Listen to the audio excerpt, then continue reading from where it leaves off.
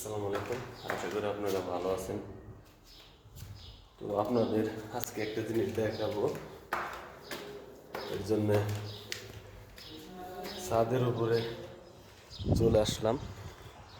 তো যেটা দেখাবো আর নেক্সট ভিডিওতে, আগের একটা ভিডিওতে আমি আপনাকে দেখাইছি আমার ছাদের উপর থেকে যে পাহাড়। আজকে আপনারা দেখবেন সেই জিনিসটা। এই দেখেন, এখানে কি পাহাড় আছে? আমার এই চারিদিকে পাহাড় স্পষ্ট দেখা যায় তো কাছেই, কিন্তু আজকে ধু ধু সাদা সাদা। কি মনে হচ্ছে আপনাদের কাছে? আপনাদের কাছে কি মনে হচ্ছে যে কোনো কুয়াশা পড়ছে, কুয়াশার জন্য এরকম অবস্থা বা বৃষ্টি? কিন্তু তা না, কিন্তু আজকে প্রচণ্ড বাতাস। আমরা শহরে ভেতরের জন্য বাতাস ওইরকম আমাদের এই জায়গায় আসে না, লাগে না।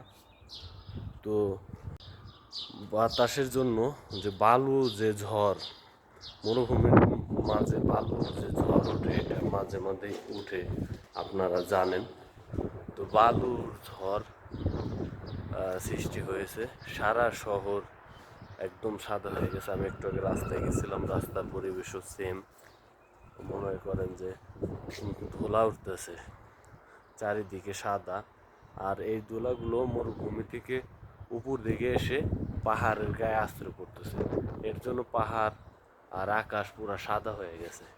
কারণ এই জায়গা থেকে আমি একটা ভিডিও দিছি আপনাদের, খুব কাছাকাছি আমার পাহাড়টা দেখা যায় ছাদে, কিন্তু আজকে এটা দেখা যাইতেছে না। তার একমাত্র কারণই এই আপনার বালুর ঝড় তৈরি হয়েছে। যদি মরুভূমিতে থাকতাম আপনাদের দেখাইতে পারতাম। তো নেক্সটে কোনো একদিন মরুভূমির ভিতরেও এরকম ঝড় আপনাদের দেখানোর চেষ্টা করব।